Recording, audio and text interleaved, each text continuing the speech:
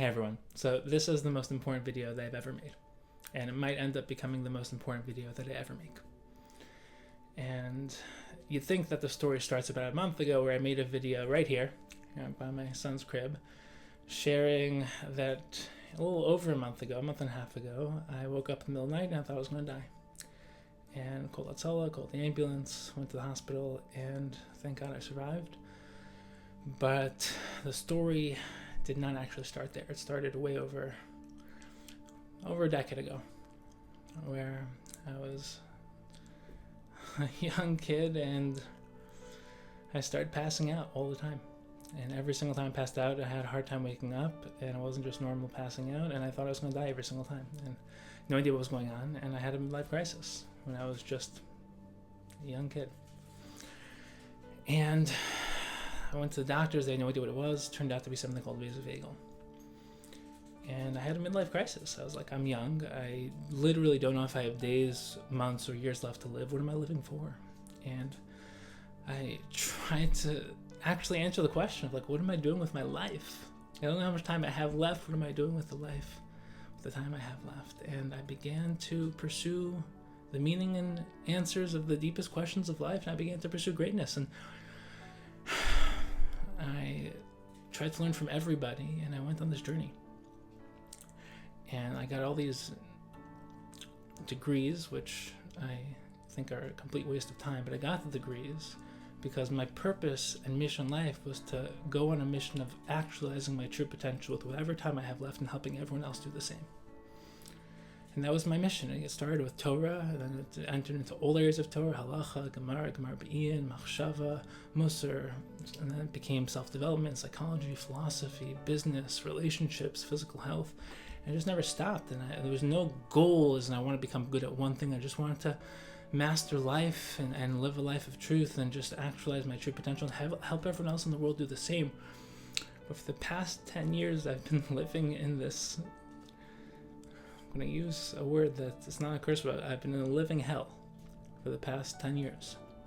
Because even though you've seen me as a public speaker and someone who's living that type of life, it's been suffering. It's been painful all the way through, because ever since I had vasovagal, I had this neck and throat problem where every time I spoke, it felt painful. You can see I'm chewing on gum because I always have to have something in my mouth. Whenever I'm speaking, you don't see it, but I always have a cola in my mouth. And then I had digestion issues and breathing issues, and I was still passing out with the vasovagal, and I was having all these different issues. And then just within the past 6 months, I started having like seizure-like episodes, and I couldn't really speak. So like, even though I built a very big consulting and coaching business, I could only have one session a day, and I would have to limit everything, and it was just torture because all I wanted to do was share Torah and wisdom, and I couldn't because I couldn't speak. And I would just push myself, and right now I'm pushing myself. And then a month and a half ago, I went to the ER that night, and I said, you know what, I'm an obsessive person. When I devote myself to something, I go all in, and I've never really gone all in. I've accepted this as my fate, that this is just the way my life is always going to be. It's the way my life always was, and it's the way I'm never going to solve this. And Hashem has given me this as my challenge, and it's okay. Like, I'll live my life this way forever. And, as I raise my son, and like as the attack happened on October 7th, two things happened. Number one is when I went to the ER, I said, I'm going to put my entire business on hold and devote the next month just to the medical element of figuring out what's going on with me.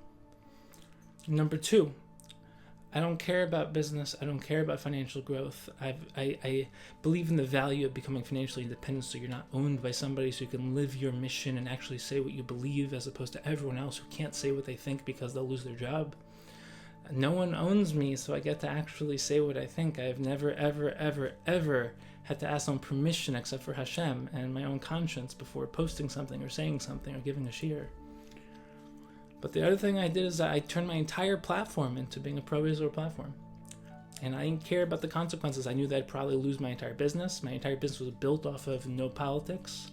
It's built off of ideas and wisdom and Torah that unites Klal Yisrael and philosophy and psychology and business growth. And I built a global platform that was exponentially growing at that point. And I said, I might lose all of it, but that's okay. Because number one, I don't know how much time I have left. And I was inspired by people in the past decade who stood up for something, and it didn't matter what. And if our brothers are going to be dying on the front lines for Klal Yisrael, then I'm going to be a warrior for Klal Yisrael. I don't care if I lose my job. First of all, I've never worked a day in my life. I can't lose my job, but I don't care if I lose my parnassa. This is my life. And everything changed because within the past month, I did all these tests and I went to all these doctor's appointments, and they found a brain problem, which was causing everything. It was causing my passing out, it was causing my throat problem, it was causing my breathing problem, causing my digestion problem, causing the seizures, causing everything.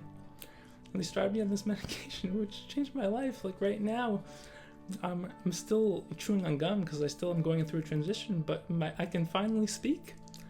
I can finally speak, and all I've wanted to do for the past 10 years is speak and share Torah, and I can finally do that. And then the other beautiful thing happened, which is that my platform exploded, and I was finally reaching hundreds of thousands, millions of people every single day, sharing ideas and wisdom, and not waiting, but finally doing it. And all these dumb degrees at Harvard and Chicago and all these master's degrees was just to help build the credibility to inspire people.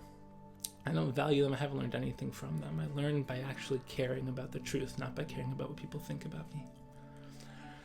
But I want to share a message that I know some people won't be able to appreciate it, because if you've only known me for the past couple weeks or a couple months, it won't mean anything, but there are people who need to hear this. When I was younger, I looked at people who are doing what I'm doing, and I convinced myself that they are different, they are special, they are born unique, they are not like me, and I don't have permission to try to live a life of greatness because I am not great. And the reason why, and I talk to Rosh Yeshivas and Gedolim and entrepreneurs and CEOs who are greater than you would possibly believe, and I said, why aren't we building a generation of leaders, of thinkers, of people who are striving for greatness? And they said they don't know, but they think that the next generation is not inspired, and I know why it is. It's because we just find people popping up as finished product success stories, and we say those people are just born naturally great. And you know what? Every single one of them, they give the speech. I was like you. I overcame challenges. I struggled, and you can do it too. But it doesn't mean anything because no one knew them back when they were struggling. And they only shared that they struggled 30 years after they were a success story, so no one cares. Because yeah, right, you struggled. No one knows your process. So no one respects your process because they just see you as a success story, telling people that you struggled, and therefore, because you struggled, everyone else can struggle too. But there's a reason why I posted my entire process online. There are people who were there when I was sharing things that got one like, one view. I gave a share and no one showed up. I wrote an article and no one read it. When I wrote my Sefer, I didn't know if anyone was going to read it. It became a bestseller, but that was a leap of faith. And I want every single person to realize that, number one, Baruch Hashem, everything in my life that I've been waiting for, to have the ability to speak, to inspire, to change the world, everything's coming together, Baruch Hashem. My platform is it was reaching 100,000 times more people in the past month than it has in the past 10 years combined. I'm speaking on the biggest stages, working with the biggest organizations, doing amazing things, and I want you to know that I don't care about the egotistical element at all. I'm sharing this for one reason. I know that there are people who have been there along the whole journey, and they saw that it came from nothing. And they saw that I showed up every single day with one mission: to give you my all, because my mission in life is simple. I want to become the very best I can be and help you do the same. I don't want to inspire you and then inspire you to not become the best version of you because you think I'm better than you. I want to inspire you to become the best version of you. That's my only goal. That's been my only goal for my entire life, and I am just getting started. I've only shared 0.5% of what I've been developing with the public so far. I have books, courses, things that I've been working on for the past decade that I'm just going to get started on revealing. But here's what I want to tell you.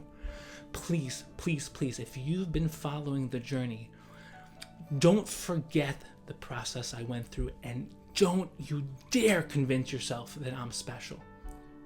Everything is a bracha from Hashem, but you have to go on. So please, I am begging you from the bottom of my heart, be inspired by me to become the very best version of you.